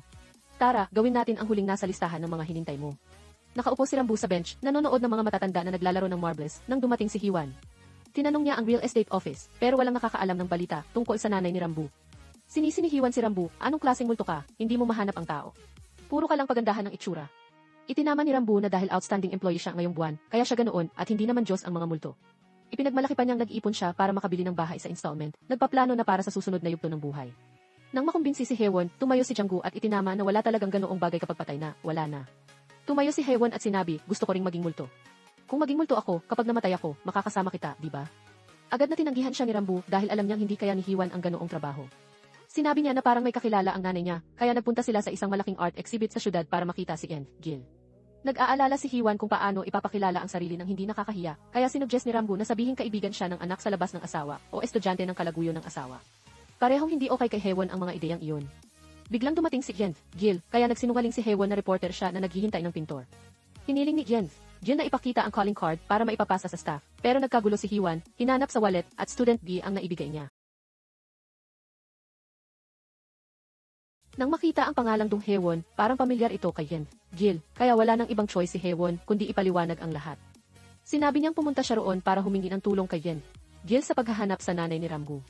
Tinanong ni Gil kung paano nalaman ni Haewon na pumunta roon at nagkandaugaga si Haewon sa pagsagot na ikinuwento raw iyon ni Ramgu noon. Nagpatuloy si Gil, pasensya, pero wala akong maitutulong. Hindi ko alam kung gusto niyang makipagkita sa'yo. Baka may dahilan kung bakit naputol ang komunikasyon. Pagkasabi, tumayo si Gil para umalis, pero sumagot si Hiwan, nakaranas ka na ba ng ganito? Yung may kailangang gawin pero iniiwasan mo. Alam ko kasalanan ko, pero dahil ayokong harapin parang duwag ako. Ganoon ang nangyari sa akin sa guro ko. Dapat sinabi ko na namatay si Ramgu dahil sa akin, pero umiwas ako kasi duwag ako noon. Pagkarinig, umiti lang ng kontento si Gil at walang sinabi. Pagkatapos makuha ang kasalukuyang address ni Kim, ayaw payagan ni Ramgu si Haewon na pumunta roon habang nasa ganoong estado pa siya ng pagpapasisi sa sarili. Gusto pa niyang burahin ang pagbisita sa nanay sa wishlist kasi gusto niya lang na maging masaya at maganda ang buhay nila at hindi okay ang ganitong sitwasyon para makipagkita. Ikinuwento ni Hiwan na bago umalis ang nanay ni Ramgu, pumunta ito sa tindahan ng tatay niya at sinabi na kasalanan niya ang lahat. Ayaw pa rin ni Ramgu, sinabing kahit makipagkita siya at akuin ang lahat ng kasalanan, wala rin itong magagawa at hindi rin magiging mas magaan ang buhay ng nanay niya. Sinabi niyang iniisip lang ni Hiwan ang sarili at bakit hindi na lang kalimutan ang nakaraan. Umiling si Hiwan kasi para sa kanya, hindi iyon simpleng nakaraan. Galit na nagpatuloy si Ramgu kahit gaano kasakit ang nangyari, kapag lumipas ang oras, magpapatuloy ang buhay ng lahat. Siguro masaya na ang nanay ko sa buhay niya. Mabuhay ka rin para sa sarili mo. Sumagot si Hiwan, 2 araw na lang ang buhay ko.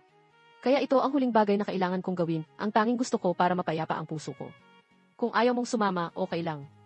Mabilis na hinawakan ni Ramgu ang kamay ni Hiwan at sinabi, bakit hindi ka makagalaw pasulong? Ako ang multo na magdadala sa'yo, pero bakit parang hinintay mo na ang kamatayan mula pa noon? Mula nang unang makita mo ako hanggang ngayon, ni minsan hindi ka humiling na mabuhay. Pagkasabi, tumalikod si Ramgu at umalis, puno ng dismaya. Samantala, parang nakaupo sa apoy si Jonghun sa pag-aalala kay Haewon pagkatapos ng away kanina. Magkalayo sila ng upuan sa bus. Nag-isip si Hiwan, kinuha ang ballpen, at isinulat ang wish niya sa isang sports class flyer. Hindi mapakali si Jonghun, at nang dumating ang iba sa department, agad niyang tinanong kung nakita nila si Haewon, pero walang may alam. May estudyanteng nagsabing mukhang malungkot si Haewon, at hindi nila gets kung bakit sobrang concerned si Jonghun sa kanya. Hindi sumagot si Jonghun, humiga sa sofa, at nag-text kay Haewon. Kagabi, napanaginipan niya ang iba't ibang eksena, tren, paputok sa gabi, simbahan sa malayo, at matandang may kariton. Nakita rin niya si Hiwan na umaakyat sa mataas na pader, handang tumalon. Samantala, pagkarating ni Hiwan sa bus terminal, binuksan niya ang cellphone para tingnan ang mga mensahe, pero hindi siya masyadong nagmamalasakit, ngunit pagkatapos basahin ay itinago sa bulsa. Sa sandaling ito nakita niya ang kanyang grupo ng 4 na kaibigan na masayang naglalakbay noon, kaya hindi niya napigilan ang pag-alala sa kanilang paglalakbay noong high school habang nag-iisip si Ramgu na nakatayo sa tabi ay hinawakan ang kamay ni Haewon at sinabing isipin na lang na ito ay isang paglalakbay. Pagkatapos sabihin ito, hinawakan nila ang kamay ng isa't isa, patungo sa isang personal na eksibisyon ng sining pagkapasok ay binitawan ni Ramgu ang kamay ni Hiwaza at iminungkahi na pumasok siya mag-isa dahil natatakot si Ramgu na kung may gulo ay hindi niya alam kung sino ang ipapakikalabanan at kung nandyan siya ay mawawala ang focus ni Haewon kaya nais ni Ramgu na maghintay sa labas kaya pumasok si Haewon mag-isa. Nakita niya si Genf Kim na gumagabay sa mga bisita sa eksibisyon. Nang makita si Haewon na nakatayo doon, ngumiti ito ng malambot. Pagdating ng gabi saka lang nagkaroon ng oras si Genf Kim para usap. Pagkatapos naglakad sila sa labas, habang nag-uusap sinabi ni Genf Kim na ang lugar na ito ay isang maliit na gallery na may estudyo sa likod na siya rin ang tirahan niya. Biglang may isang tulad ng payong na nagdala kay Genf Kim ng iba't ibang trabaho mula sa pamamahala ng eksibisyon gabay hanggang sa pamamahala ng gusali. Noon umalis siya nang nagmamadali na parang tumatakas kaya nais niyang humingi ng tawad kay Haewon dahil umalis siya nang walang salita dahil noon wala na siyang isip para gawin iyon. Napaluha si Haewon at sinabing hindi dapat humingi ng tawad ang tiyahin, sasabihin pa sana niya pero naputol nang mapansin ni Kim ang ilang lalaking pumuslit para manigarilyo. Pagkatapos palayasin ang mga ito dinala niya si Haewon para magpatuloy pero hindi na nakapigil si Haewon kaya sinabi niyang lahat ay kasalanan niya na si Ramgu lang ang hindi makabalik sa araw na iyon. Ay dahil sa kanya ang totoo ang card na iyon ay para sa kanya, dapat siya ang pumunta pero sinabi niya kay Ramgu na pumunta kung hindi dahil sa kanya, hindi sana siya napunta doon. Naghirap siya ng ganito pero hindi niya nasabi at tumakas na lang tumakbo si Kim para yakapin si Haewon at aliwin siya. Nagpasalamat dahil sinabi niya ang totoo. Noon pa man nahulaan na niya pero hindi niya inakala na ganito pa rin ang iisipin niya. Hanggang ngayon tiyak na naghirap at nahirapan siya pero paano naman iyon magiging kasalanan niya kaya mula ngayon wag na niyang isipin iyon kaya niyakap nila ang isa't isa at umiyak ng todo. Pagkatapos nito umupo si Kim kasama si Haekwan para kumain ng cake. Sinabi niyang dati ayaw na ayaw niya sa cream cake dahil noong araw na namatay si Ramgu nag-iwan siya ng parte ng cake para sa anak pero nang tikman niya ulit napansin niyang masarap ito. Napagtanto niya na masyado siyang galit sa sarili kaysa alalahanin ang anak hanggang sa lumipat siya dito at muling magpinta sa kanya na unawaan ang dapat niyang gawin, hindi ang magmalaki kundi ang alalahanin si Ramgu.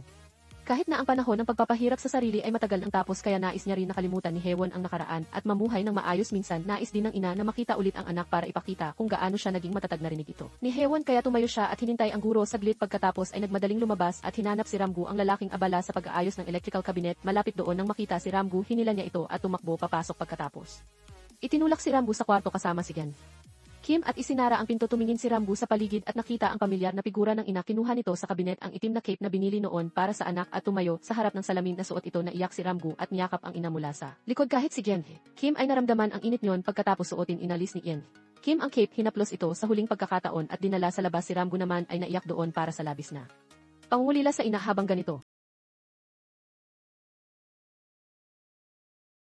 nakaupo si Hiwan, binabasa ang mga hinintay na isinulat sa papel. Nang lumapit si Kim at ibinigay ang cape ni Ramgu, naniniwalang matutuwa ang anak kung isusuot ito ni Hiwan.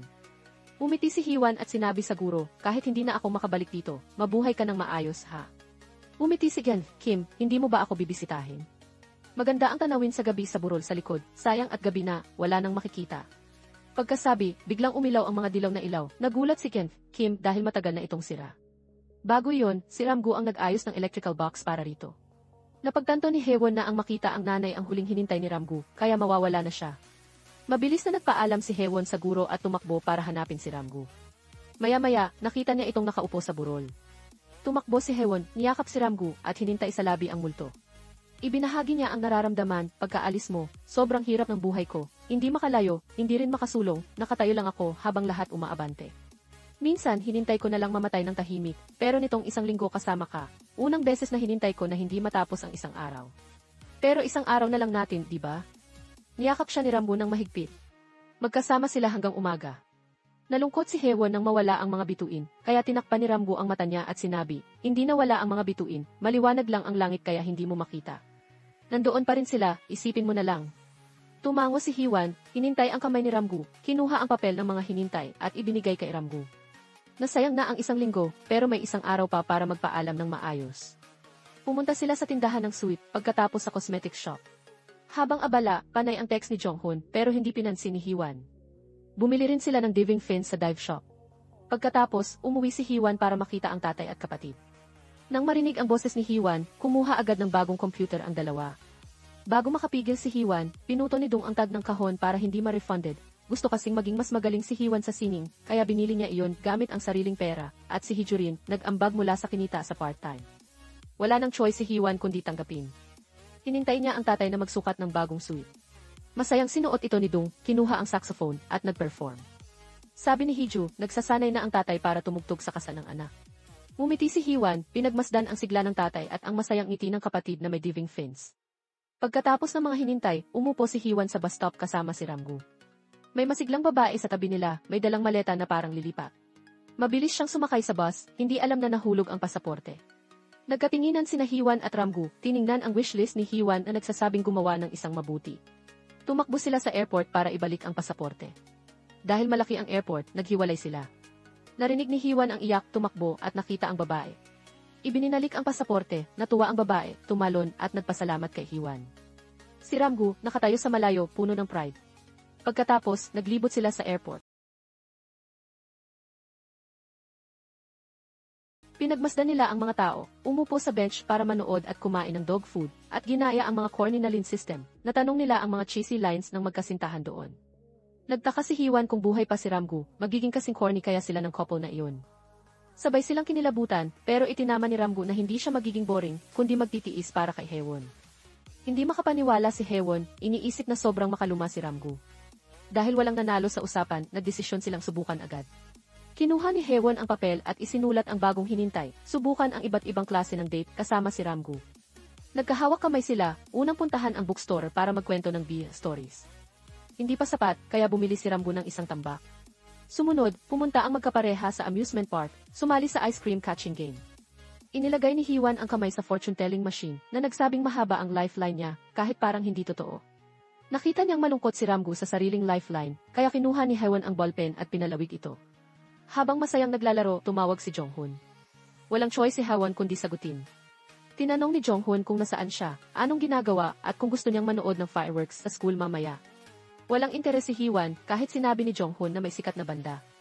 Tinanggihan niya ito at mabilis na binabaan. Nahilo si Jong-hoon, hindi alam ang gagawin dahil sa batang multo. Nung una niyang nakita si Hee-won, nakita rin niya si Ramgu, pati ang pagkakabual nito ng mga painting sa paint rack. Habang naghahanda ng pagkain si Hee-won, naglagay si Jong-hoon ng asin sa paligid para sa proteksyon, pero nakapasok pa rin si Ramgu nang walang problema. Curious, yumuko si Rambu at sinabing kailangang mas magandang asin ang gamitin, kaya natakot si Jong-hoon, sumigaw at tumakbo. Sumunod si Rambu para tingnan kung nakikita nga siya. Pagkatapos magpanggap, inamin din ni Jong-hoon ang totoo, pero nang tanungin ni Rambu kung bakit niya nakikita, malamig itong sumagot, hindi mo kailangang malaman. Umalis ka na, ayokong malaman ang mga bagay na hindi ko dapat. Akala ni Rambu, gusto lang magsalita ni Jong-hoon, kaya magalang siyang nagpaalam. Tinanong ni Jong-hoon kung bakit laging kasama niya si Haewon.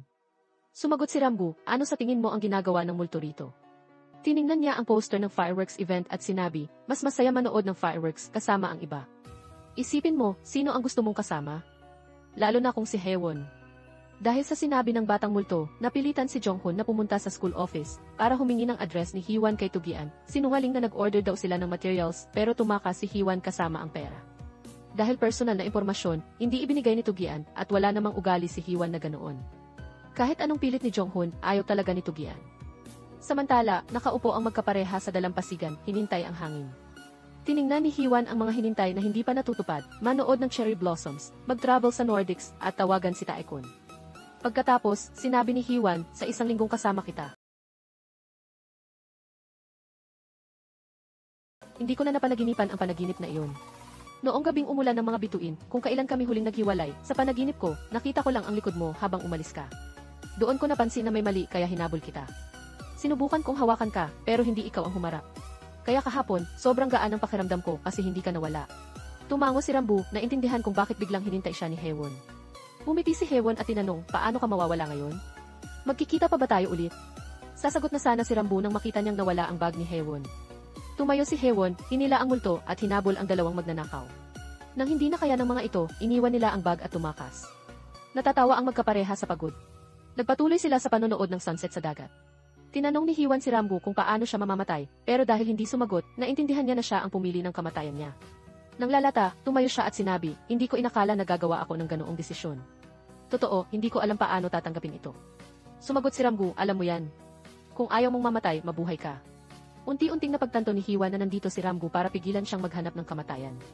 Ang kailangan ni Haewon ay sagot mula kay Rambo, kung buhay pa ako, hindi na tayo magkikita ulit, di ba? Umiwas si Rambo, ayaw sumagot, pero sa huli, sinabi niya, hindi na tayo magkikita. Patay na ako, pero ikaw, buhay ka, at mamumuhay ka pa. Panatilihin mong gusto mong mabuhay at mabuhay ng maayos. Umiiyak si Haewon, hindi matanggap ang katotohanan. Naniniwala siyang gusto niyang mabuhay dahil kasama niya si Jang-gu isang linggo. Hinawakan ni Jang-gu ang kamay ni Haewon at sinabi, kahit wala ako, kaya mo yan.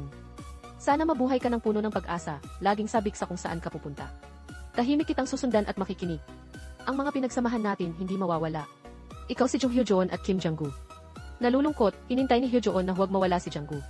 Nang tingnan niya ang sunset at lumingon kay Jang-gu, wala na ito, walang bakas. Masakit na umiyak si Hwan, nangakong mabubuhay ng maayos at masaya, pero mabilis ring napaluhod, humihingi ng tawad dahil hindi niya kaya ang buhay nang wala si Rambo. Maya-maya, sumakay si Hwan ng bus pa uwi.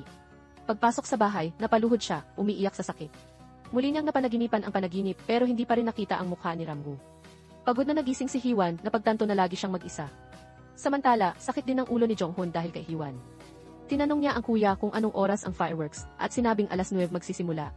Alas 8 na sa cellphone. Curious ang estudyante, tinanong kung pupunta si Jong-hun sa show pero tumanggi ito. Iniwan pa rin ng kuya ang detalye, alas 10 magsisimula ang show sa Riles. Tumayo si Jong-hun, tinanong kung aling Riles, at sinabi ng estudyante na yung madalas nilang puntahan, malapit sa intersection ng Riles. Naalala ni Jong-hun ang panaginip, siguradong malapit doon ang bahay ni Haewon, kaya tumakbo siya para hanapin. Samantala, nilinis ni Haewon ang bahay, kinuha ang halamang nalanta sa bintana, dinala sa rooftop at nahulog ito. Dahan-dahan siyang umakyat sa mataas na pader. Isinulat na niya ang suicide note na iwan sa kwarto. Wala na siyang hinintay. Si Jong-hun, tumakbo-takbo, hinintay ang bahay ni Haewon base sa panaginip. Nang makita si Haewon sa rooftop ng gusali. Mabilis na tumakbo si Jong-hun sa fire escape gamit ang buong lakas. Dumating siya sa tamang oras nang handa na si Haewon na tumalon. Sinubukan niyang pakikalmahan si Haewon at pigilan ang mapusok na plano, binanggit na si Rambo rin ay nasaktan.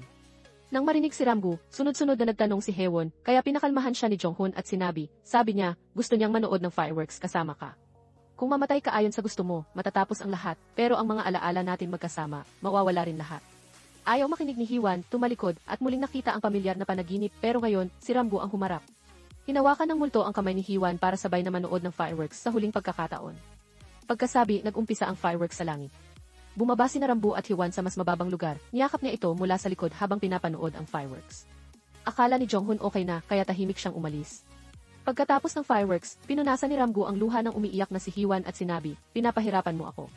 Ikaw si Dong Haewon at Kim Ramgu. Alam mo na, di ba? Ang pagliligtas sa sarili mo ay pagliligtas din sa akin. Ipapasa ko na sa iyo ang mundong ito. Aalis na ako, pero siguradong magkikita ulit tayo. Niyakap niya ng mahigpit si Haewon, binigkas ang pangalan niya ng 3 beses. Ipininig ni Hwan ang mata, handang tanggapin ito. Pagmulat, wala na si Ramgu. Mula noon, hindi na madilim ang kwarto ni Hwan. Nagpajit siya ng itim na buhok para sa tatay at nag-text kay Jong-hun para magsakura watching. Umupo sila sa damuhan puno ng nahulog na petals. Sabi ni Jong-hun, kung may nawala sa mundo, mag-iiwan sila ng puwang kasing laki nila, pero buo pa rin ang alaala nila. Ganoon ang pagkawala kung mas ayaw mong kalimutan, mas malinaw sila. Kahit ilang tagsibol ang lumipas, hindi matatapos. Sumagot si Hwan, yakapin mo lang ang puwang na iyon at mabuhay. Itago sa drawer, paminsan-minsang tingnan at magiging okay rin. Ngumiti si Jong-hun, ibinalik ang litratong nahulog ni Hwan sa festival. Kahit wala na si Ramgu, ang mga bakas ng kanyang pag-iral ay laging dumarating kay Hwan bilang regalo parang buhangin sa sapatos, litratong magkasama, o mga guhit ng nguyet ngof sa yearbook. Nagkaroon din si Hwan ng sariling mga regalo, tulad ng muling pagkakaugnay kay Taekon at pagsali sa graduation exhibit. Noong una, walang ideya si Hiwan para sa tema, pero nang makita ang natatanging sulat ni Ramgu, ginamit niya ito para sa sariling likha, na naging dahilan ng art performance ngayon. Kapag tiningnan ang gawa at ipinikit ang mata, nakikita ni Hewon ang imahe nila ni Ramgu, masayang magkahawak kamay. Mula ngayon, mabubuhay siya ng maayos at laging aalalahanin si Ramgu, dahil ang pagmamahal sa sarili ay pagmamahal din sa hinintay mo. Dito nagtatapos ang pelikula. Kung nagustuhan ninyo, pindutin ang like at subscribe para suportahan kami. Magkita ulit sa ibang video.